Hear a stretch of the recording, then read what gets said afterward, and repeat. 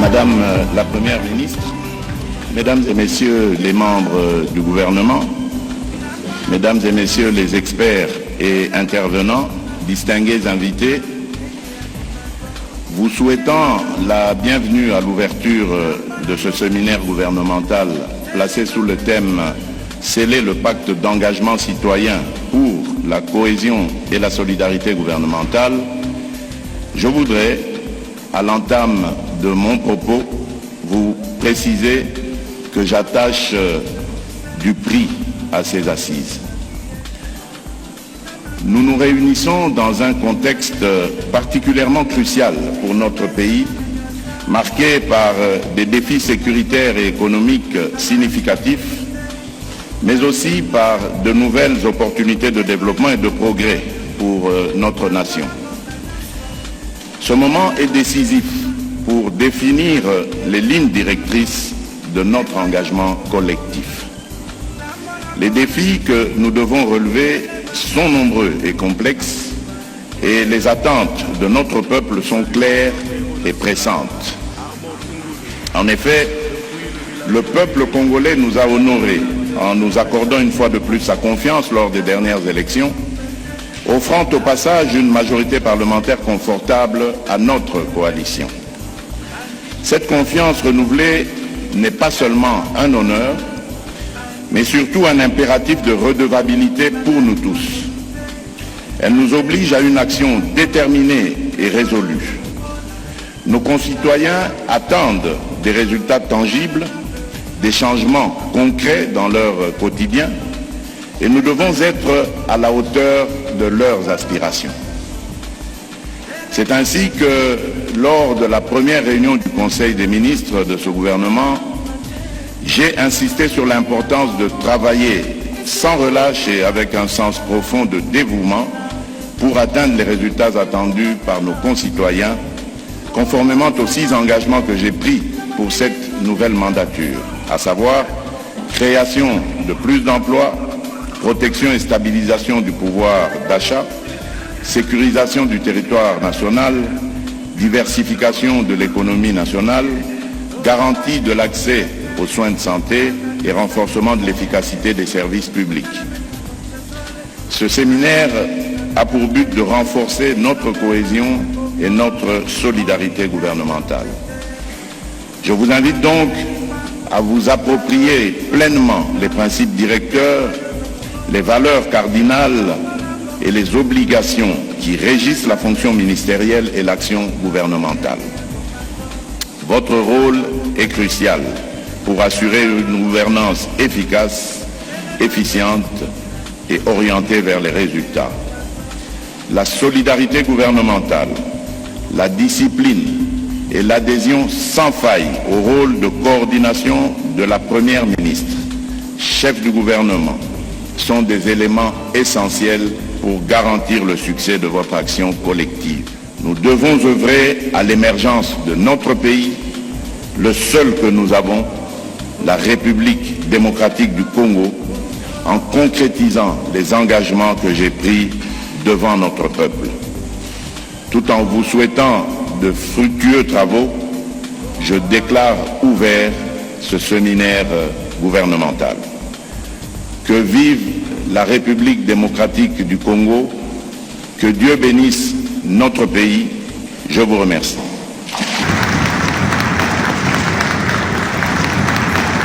Ainsi prend fin la cérémonie de ce jour. Nous prions à l'assistance de bien vouloir s'élever pour l'exécution de l'hymne national. Pour moi, je trouve inadmissible que quelqu'un vienne me voir et me dise « Écoutez, vous êtes Première ministre, est-ce que vous pouvez me donner un numéro de matricule ?» Ça ne se passe pas comme ça. On ne peut pas commencer à distribuer à l'appel des numéros de matricule parce qu'aujourd'hui, on occupe une fonction. Il faut d'abord s'occuper de ceux qui sont là à l'intérieur, ceux qui aujourd'hui ont les capacités demain de pouvoir occuper un certain nombre de postes. Et si on commence à le faire de manière correcte, on pourra résoudre beaucoup de problèmes. Et ça, c'est aussi dans le changement de mentalité qu'il faut travailler. Le bilan d'Ayokaki, incendie et salami awa, n'ayoki passi parce que naebi que bateau karana bazandu, bangonde basoutenaka économie na biso. C'est vrai, bazana informel, tozota la ndenge tobimisa, on a informel to bongisa, mais pour le moment, baza batumoko basoutenaka pe économie na biso. Donc pour nanga ezalaki important na kotala ba dégâts. Na koti kuna na pavillon 5, pratiquement biloko nyonso to eziki, il y a au moins plus de 100, pratiquement 100 tables, si pas plus. Biloko nyonso eziki, o mususu babombisa biloko na kati, tout est perdu. Donc pour nanga ezalaki important natala ba dégâts nini, mais plus encore, le plus important, ndenge batu toko sunga bango. Heureusement, nous n'avons pas eu de perte en vie humaine.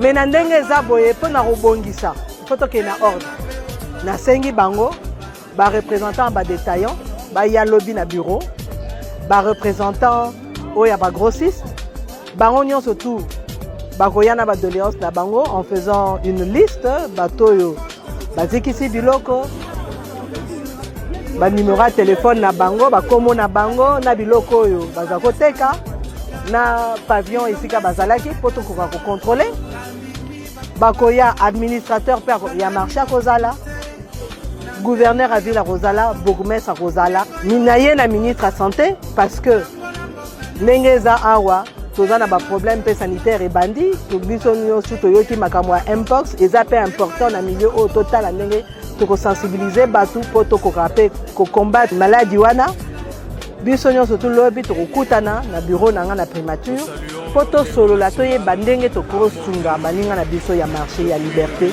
oyo biloko eziki mais il faut tosala ngo na ndenge ya ordre po so tosike na désordre moyen tosunga bango ekozala te donc yango na lobi bango moko baponana solution mpe tokozwa tokotala solution à court terme oyo na ndenge lelo toyebi ke lobi rentrée scolaire eza ndenge tokosunga bango baproblème eza ebele na mboka eza kaka awa te mais tozo solo la ndenge nga nazala na bureau chaque ministre azosala mosala na ye nga nazo coordonner po toyeba ndenge tokosunga population mobimba mais awa ndenge likama esalami il faut mpe totalela bango kaka ndenge nakende kotala bato na Sud Kivu nakende kotala bato na Goma awa mpe il est important mpe awa na Kinshasa totala tozo banokipe baproblème ya Kinshasa assainissement ya ville bomoni ndenge gouverneur asi abandi mosala na ye mais na ka oyo esalami rentrée de classe eza lobi tokokotala kaka boye te po tozela baimage ya kala tozalaka komona badiplomate na biso baza kokelela badiplomate na biso bazokokofuta baloyer te badiplomate na biso baza kotambola makolo tozosala baeffort sikoyo kobongisa moke baambassade na biso ezwa bilongi ya malamu babanda kozongisa respect oyo bazalaka kopesa Congolais respect oyo tobungisa mais tozali siko reconquérir.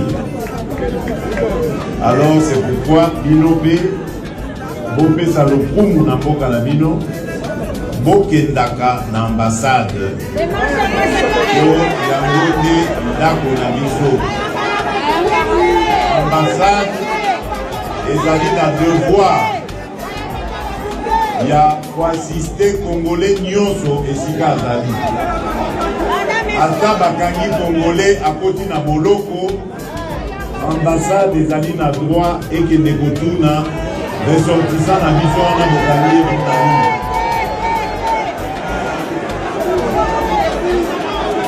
Voilà pourquoi c'est important. Soki esalemi nanu te, papa ambassadeur azali awa koyoka ngai.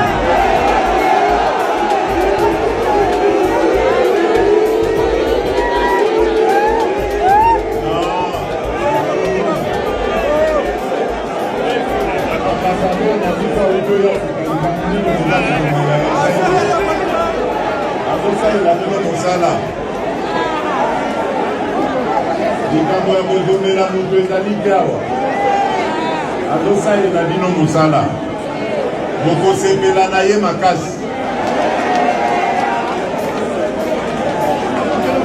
Voilà bana mboka nyenye bana mboka nde oui mais pour changer constitution ezali pouvoir na ngai te mpona kochanger constitution méthode ezali esengeli mpe peuple na biso à travers représentant na ye apesa ndingisa. Donc ezali pouvoir na ngai te bokomisa ngai dictateur te. Alors nalingi naloba na bino boye kabolaka biso alors que politique oyo biso tolingi ezali oyo ya démocratie. Donc moto na moto azala na makanisi na ye intolérant mpe makanisi ya moninga me biso tokomisaka ngo bitumba mpo naza kokanisa lokola yo te esengeli nafinga yo. Mais non, pourquoi kofinga? Ozokanisa lokola nga te pesa nga mpe temps na ngai naloba nga mpe nakotikela mpe ya yo. Mais oyo ya biso tomonaka na Congo epa bakongolais meme oyo ya libanda ezali kofinga kobeta. Mais ce n'est plus de la politique, ce n'est plus de la tolérance. Et ça ne favorise pas l'unité nationale. Nous voulons l'unité dans la diversité. Pour Tozali, les Congolais, il y a pas ethnie ébélée, il y a pas tribu ébélée, il n'y a pas religion ébélée, il n'y a pas culture ébélée. Et c'est ça qui est plutôt une richesse. Biso, au lieu de komisango richesse, tozo komisango pauvreté. Et pourtant, ça a richesse. Bozwa kaka dans le secteur de la culture. Bozui le quoi ballet national. Oyo ezwaka sikoyo ba groupe folklorique et belé à ba yango kana biso Congo. Congo mona richesse. Non, on a pas de tozali pour ça la manque pour le secteur. Les amis, le Sengeli surtout ça va moyen et que et quand vous voyez ça, vous avez vraiment un pays qui est riche. Nous avons la richesse dans tous les domaines. Mais au lieu de profiter de ça et de le promouvoir, nous allons détruire Yango et nous allons s'appauvrir. Et ça, je vous demande, Banamboka, nous devons faire un effort pour consolider nos acquis.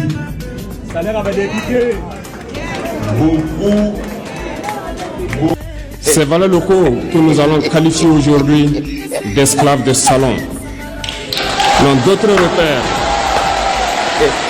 que de chercher à vivre comme le maître, à satisfaire le maître et à faire tout ce que le maître lui dicte.